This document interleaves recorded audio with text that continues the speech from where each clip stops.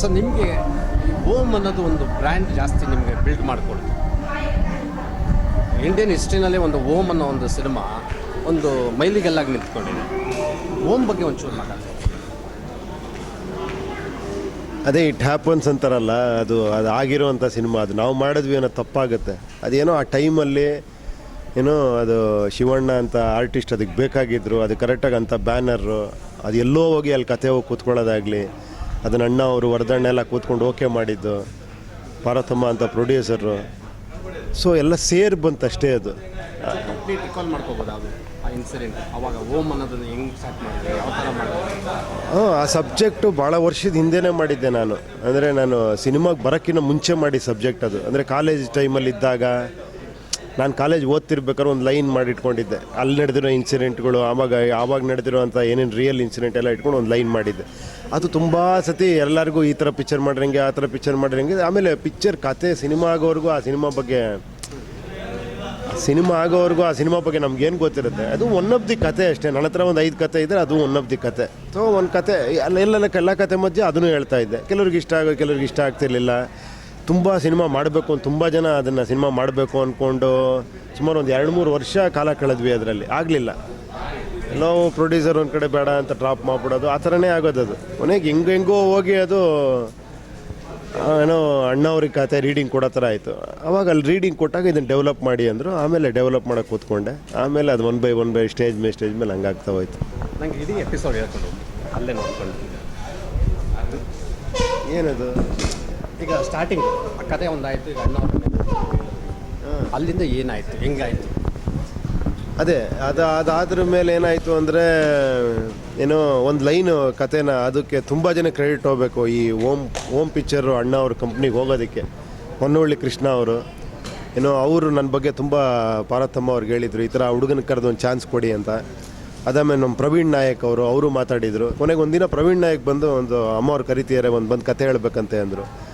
ಆಗ ಈ ಒಂದು ಲೈನ್ ತೊಗೊಂಡೋಗಿ ಏನೋ ಅಣ್ಣ ಅವ್ರಿಗೆ ವರದಣ್ಣ ಅವರಿಗೆ ಕತೆ ಹೇಳಿದೆ, ಇದನ್ನು ಡೆವಲಪ್ ಮಾಡಿ ಅಂದರು. ಅದಾದ್ರ ಮೇಲೆ ನಾನು ಒಂದು 4-5 ಜನ ಕರ್ಕೊಂಡು ಒಂದು ವಾರ ಇದು ಮೈಸೂರು ಹತ್ರ ಒಂದು ಇದಿದೆ ಗೊತ್ತಾ, ಯಾವುದೋ ಮಯೂರ ಗೆಸ್ಟ್ ಹೌಸ್ ಅಂತ ಒಂದಿದೆ. ಆ ರಿವರ್ ಹರಿತಾ ಇರುತ್ತೆ, ಕಾವೇರಿ ರಿವರ್ ಪಕ್ಕದಲ್ಲಿ, ಶ್ರೀರಂಗಪಟ್ಟಣದಲ್ಲಿ. ಆ ಶ್ರೀರಂಗಪಟ್ಟಣದಲ್ಲಿ ಅದೊಂದು ಫೇವ್ರೇಟ್ ಪ್ಲೇಸ್. ಅಲ್ಲೋಗಿ ಒಂದು ವಾರ ಕೂತ್ಕೊಂಡು ಅದನ್ನೆಲ್ಲ ಡೆವಲಪ್ ಮಾಡಿ ನನ್ನ ಜೊತೆ ಆವಾಗ ತುಂಬ ಜನ, ಮುರಳಿ, ಲೋಕನಾಥ್, ಗೋಪಾಲ್ ಅಂತ, ನಮ್ಮ ಅರುಣ ಅಂತ ಹುಡುಗರುಗಳು ನನ್ನ ಜೊತೆ ಫ್ರೆಂಡ್ಸ್ಗಳು, ಅವರೆಲ್ಲ ಜೊತೆಲಿ ಬಂದಿದ್ದರು. ಅವ್ರಿಗೆಲ್ಲ ಕತೆ ರೀಡಿಂಗ್ ಕೊಟ್ಟು ಹಿಂಗೆ ಮಾಡ್ರೆ ಹೆಂಗಿರುತ್ತೆ, ಹಂಗೆ ಮಾಡ್ರೆ ಹೆಂಗಿರುತ್ತೆ ಅಂತ. ಆಮೇಲೆ ಒಂದು ಲೈನ್ ಮಾಡಿಕೊಂಡು ಆಮೇಲೆ ಮತ್ತೆ ಅಣ್ಣ ಅವ್ರಿಗೆ ಹೋಗಿ ಮತ್ತೆ ಕತೆ ಹೇಳಿದೆ. ಆಮೇಲೆ ಶಿವಣ್ಣಂಗೆ ಹೇಳಿದೆ. ಏನೋ ಅದು ಆಮೇಲೆಲ್ಲ ಓಕೆ ಆಯಿತು. ಆಮೇಲೆ ಆ ಓಮನ ಟೈಟ್ಲು ಅಷ್ಟೇ, ಅದೇನೋ ದಡಾರಂತ ಓಮ್ ಅಂತ ಹಿಂಗೆ ಬರೋದು, ಇದೇ ಟೈಟ್ಲು ಚೆನ್ನಾಗಿರುತ್ತಲ್ಲ ಅಂತ. ಇವಾಗ ಎಲ್ಲದಕ್ಕೂ ಸ್ಕ್ರಿಪ್ಟ್ ಮೇಲೆ ಫಸ್ಟು ಓಮ್ ಅಂತ ಹಾಕ್ತಾರೆ ಗೊತ್ತಾ. ಆಗ ಓಮ್ ಅಂತ ಬರೆದಾಗ ನನಗೆ ಟಕ್ಕಂತಲ್ಲೇ ಅನ್ನಿಸಿ ಈ ಟೈಟ್ಲ್ ಚೆನ್ನಾಗಿದೆಯಲ್ಲ ಈ ಪಿಕ್ಚರ್ಗೆ ಅಂತ. ಟಕ್ಕಂತ ಕೇಳಿದ್ರೆ ಯಾರೂ ಮಾತಾಡಲಿಲ್ಲ. ಓಕೆ ಅಂತ ಟಕ್ಕಂತ ರಿಜಿಸ್ಟರ್ ಆಯಿತು. ಎಲ್ಲ ಹಂಗಂಗೆ ಆಗೋಯ್ತು ಆ ಸಿನಿಮಾ. ಈಗ ನೆನೆಸ್ಕೊಂಡಾಗ ಏನು ಅನ್ನಿಸ್ತಾ ಇದೆ? ಇಲ್ಲ, ಕೆಲವು ಸತಿ ಆಶ್ಚರ್ಯ ಆಗೋದು. ನಾವು ಯಾವತ್ತೂ ಹಂಗೆ ಅಂದ್ಕೊಂಡಿರಲಿಲ್ಲ. ಏನೋ ಒಂದು ಸಿನಿಮಾ ಚೆನ್ನಾಗಿ ಮಾಡಬೇಕು ಅಂದ್ಕೊಂಡಿದ್ದು ಅಷ್ಟೇ ಹೊರತು ಪ್ರತಿ ಸಿನಿಮಾ ಮಾಡ್ದಂಗೆ ಆ ಸಿನಿಮಾನೂ ಮಾಡಿದ್ದು. ಅದನ್ನು ಜನ ಅಷ್ಟು ದೊಡ್ಡ ಸಿನಿಮಾ ಮಾಡಿದ್ದಾರೆ. ನಮಗೆಲ್ಲ ಅದು ಕ್ರೆಡಿಟ್ ಹೋಗ್ಬೇಕಾದ ಜನಕ್ಕೆ. ನಿಜವಾಗ್ಲೂ ಅವರು ಅದನ್ನು ಅಷ್ಟು ದೊಡ್ಡದಾಗಿ ಮಾಡಿದ್ದಾರೆ. ಇನ್ನೂ ಅದನ್ನು ನೋಡಬೇಕು ಅಂತ ಆಸೆ ಪಡ್ತಾ ಇದ್ದಾರೆ. ಇದರಲ್ಲಿ ನಮ್ಮದೇನಿಲ್ಲ, ಜನಗಳದ್ದೇ ಇಲ್ಲ. ಬಟ್ ಇವತ್ತಿಗೂ ಆ ಸಿನಿಮಾ ಏನಾನ ಒಂದು ಮರು ಬಿಡುಗಡೆ ಮಾಡಿದಾಗ ಪ್ರತಿ ವಾರ ಅನ್ನೋದು ಕಲೆಕ್ಷನ್ಸ್ ಇಂಪ್ರೂವ್ ಆಗ್ತಾನೆ ಇರುತ್ತೆ.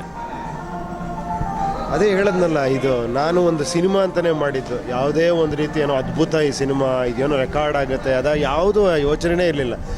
ಒಂದು ಸಿನಿಮಾ ಇದನ್ನು ಹಿಂಗೆ ಮಾಡಬೇಕು, ನೀಟಾಗಿ ಇದಕ್ಕೆಲ್ಲ ಈ ಥರ ಮಾಡಬೇಕು ಅಂತ ಅದನ್ನು ಮಾಡಿದ್ದು. ಒಳ್ಳೆ ಪ್ರೊಡ್ಯೂಸರ್ ಸಿಕ್ಕರು, ಅದಕ್ಕೆ ಅದ್ಭುತವಾದ ನಟ ಸಿಕ್ಕರು ಶಿವಣ್ಣ ಅವರು. ನನ್ನ ಅದೃಷ್ಟ ಅದು. ಅವ್ರು ಒಳ್ಳೆ ನಮ್ಮ ಜೊತೆ ಹುಡುಗರ ಥರ ಕೆಲಸ ಮಾಡೋರು, ಅಷ್ಟು ದೊಡ್ಡ ಸ್ಟಾರ್ ಆಗಿದ್ದರು ಕೂಡ. ಸೊ ಒಂದು ಸಿನಿಮಾ ಮಾಡಿದ್ವಿ ಅಷ್ಟೇ. ಅದು ಇಷ್ಟು ದೊಡ್ಡ ಸಿನಿಮಾ ಇವತ್ತು ಅದನ್ನು ಪ್ರೀತಿಸ್ತಾರೆ ಅಂದರೆ ಹಲವಾರು ಕಾರಣಗಳಿದೆ. ಒಂದು, ಅದು ಟಿ ವಿಲಿ ಬರದೇ ಇರೋದು, ಅದು ಸ್ಯಾಟಲೈಟ್ ರೈಟ್ಸ್ ಕೊಡದೇನೆ ಟಿ ವಿಲಿ ಬರಲಿಲ್ಲ ಅದು. ಆಮೇಲೆ ಎಲ್ಲೂ ವೀಡಿಯೋ CD ಆಗಲಿ ಇದಾಗಲಿ ಸಿಗಲ್ಲ, ಸಿಕ್ಕರೂ ಕೂಡ ಚೆನ್ನಾಗಿರೋ ಸಿಗಲ್ಲ. ಸೊ ಫ್ರೆಶ್ ಆಗಿರೋ ಪ್ರಿಂಟಲ್ಲಿ ನೋಡಬೇಕು ಅಂತ ಆಸೆ ಆಗುತ್ತೆ. ಸೊ ಅದು ಇನ್ನೂ ಹಂಗೆ ಉಳ್ಕೊಂಡಿದೆ ಸಿನಿಮಾ. ಸೊ ಅದು ಅಲ್ಟಿಮೇಟ್ಲಿ ಜನಗಳು ಅದನ್ನು ಅಷ್ಟು ಪ್ರೀತಿಸ್ತಾ ಇದ್ದಾರೆ. ಅಂದರೆ ಟಿ ವಿನಲ್ಲಿ ಸಿನಿಮಾ ಬಂದರೆ ಭಾಳ ಬೇಗ ಜನರ ಮನಸ್ಸಿಂದ ಮಾಸುತ್ತೆ ಅಂತನಾ?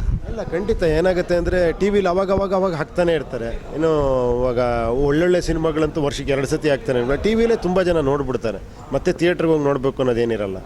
ಬಟ್ ಆ ಒಂದು ಸಿನಿಮಾ ಟಿ ವಿಲಿ ಬರಲ್ಲ, ಯಾಕಂದ್ರೆ ಅದು ಇನ್ನೂ ಟಿ ವಿ ರೈಟ್ಸ್ ಕೊಟ್ಟಿಲ್ಲ. ಸೊ ಅದು ಎಲ್ಲ ಒಂದು ಪ್ಲಸ್ ಇದೆ ಅದಕ್ಕೆ.